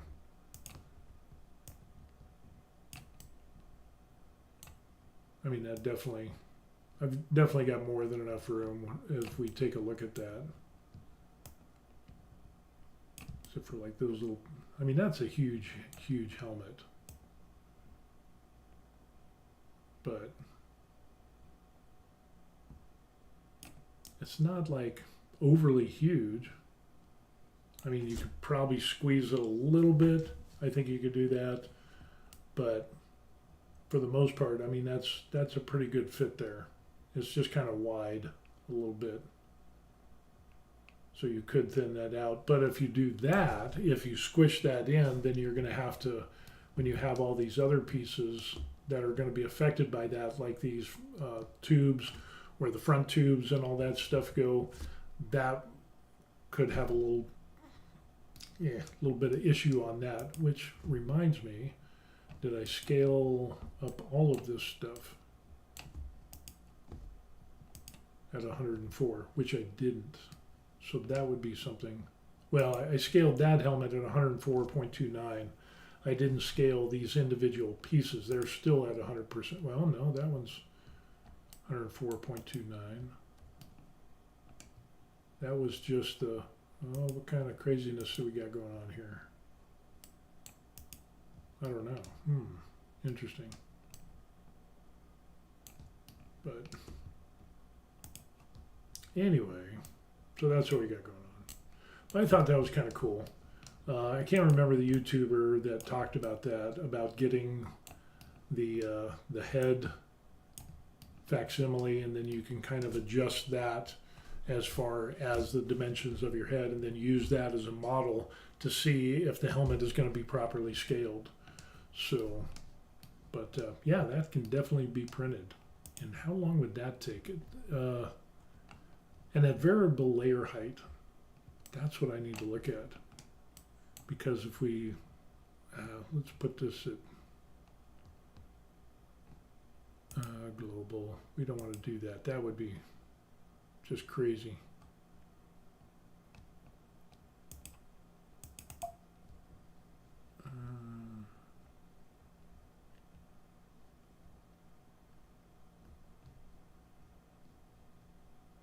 Wall loops, new value, old value 2, 3.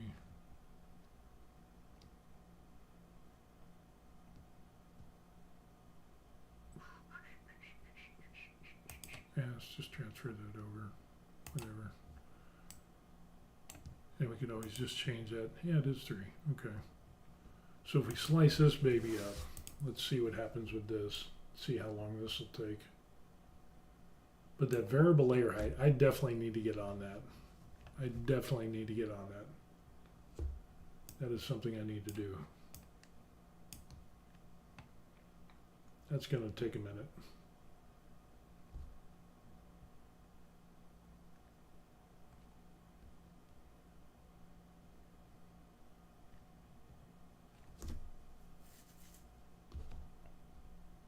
Floating regions would be good.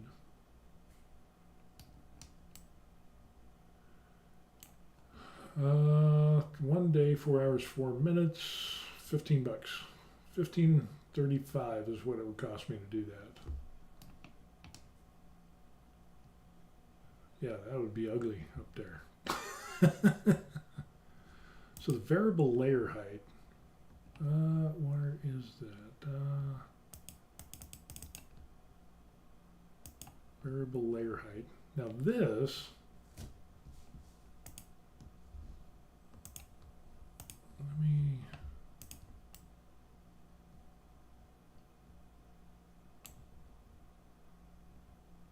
I guess it's just there. Okay. But like I said, and then the other thing, like the way the scaling, if you do your X, Y, and Z, and because it's kind of layer or put at a 45-degree angle, I like things like set. So I don't know, but I think that'd be a good helmet.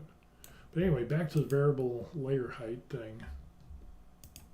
That's what I don't know about. Is you have quality and speed, and then smooth. So definitely need to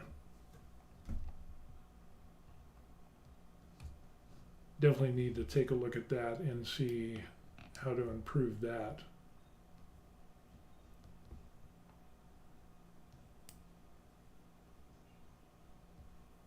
Some floating regions. Did we do support? Yeah, enable support. And let's just do tree, default, 30. Oh, we didn't do that, that's why. A lot of people, like that first helmet I printed, did I do supports on there? I think I did. Or no, I didn't. I don't think I did. But, and like the guys at Galactic Armory, they were talking about how they don't do supports for the inside of their helmets. So I don't know, it might be something I could try, because yeah, at the top of the helmet, do you really care? Nah. I mean, I care a little bit, but I want to be able to get a real good print. But for something like that, I think with the amount of overhangs that you have on that helmet, you would definitely need, you would definitely have to have some supports, it seems to me. So, I don't know. We'll see how that goes. Now I want to do helmets. Now I want to do another helmet. I haven't even done the helmet that I printed out first. So, but yeah, 4 days in a wake up when I go to Vietnam for 10 or 11 days or whatever, come back. I could always just load the machine and then print it while I'm gone. I'd be checking my phone every 10 minutes, and it's like, oh, look, we're in Vietnam, we're here, we're there, and it's like I'm looking at my phone. How's the helmet printing? Let's see what we got. Back to, boom. Wow, that's a lot. So now, instead of a day and 4 hours, now it'd be 2 days and 2 hours. Holy crow. Zombie Hunter says, I have about 54 helmets, but most of them are Black Series helmets. Wow, that's a lot. Well, I have that Doomslayer one. This will be the second one. So we'll see how all that goes. But yeah, that would be 2 days. But it would be 1,234 grams. I wonder what the difference would be if I change to, because that would be 1234 for filament. If we did normal, and we'll slice that up and see what that ends up being. Yeah, I'm almost done. Got to get ready for my appointment. Zombie says, yeah, man, go big or go home. Or go on vacation and go big and print it while you're not home. That is entirely a thing. But then that would be, yeah, that's tempting. This is tempting. But I got a few days before I go. So I could get this printed out before we leave if I so inclined.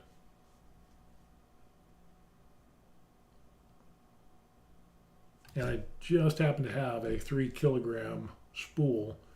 The only thing is I don't have a 3 kilo spool holder to spool off of. So that would be the thing. Notice how that kind of flickers on there? This would be, that would be better. It's 1,702. So that would be better. Zombie Hunter says, I have 4 more helmets on pre-order. Wow. That is a lot. But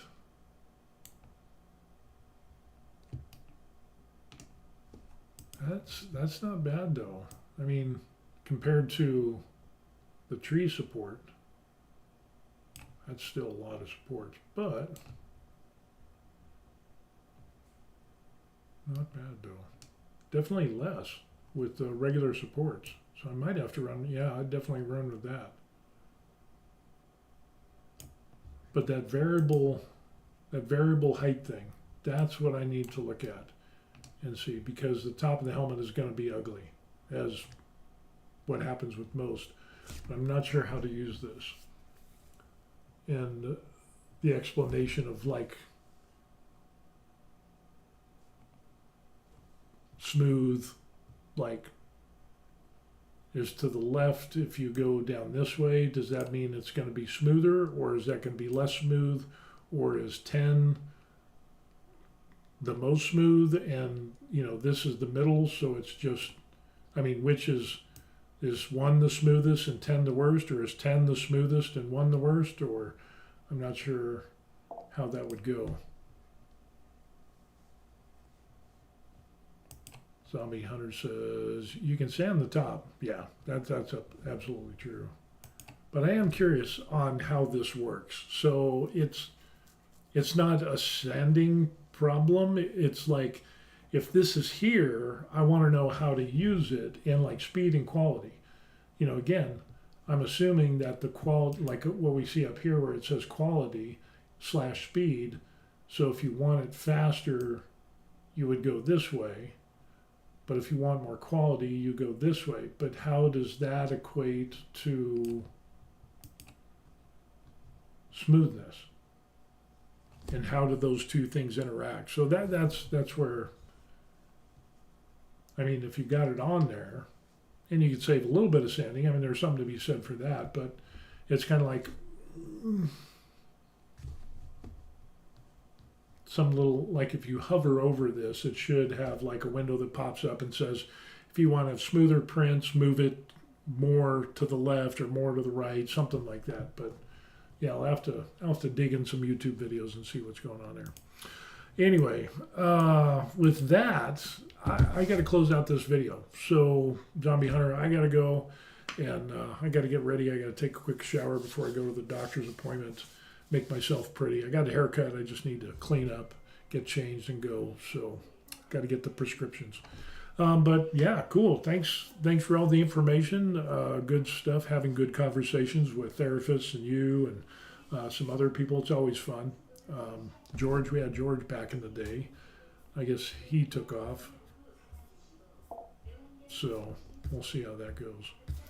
Anyway, last thing that Zombie Hunter says, or maybe the last thing, do a small print and test it for 1 on both settings and do another one and test it on 10. That's true. Cool. I will definitely do that. So we will see you later as well, sir. Thank you for the good information and tips. And yeah, we'll definitely get online before we take off to Vietnam and see what happens then. With that said, we will see you all. Take care. See you on the next video. Peace.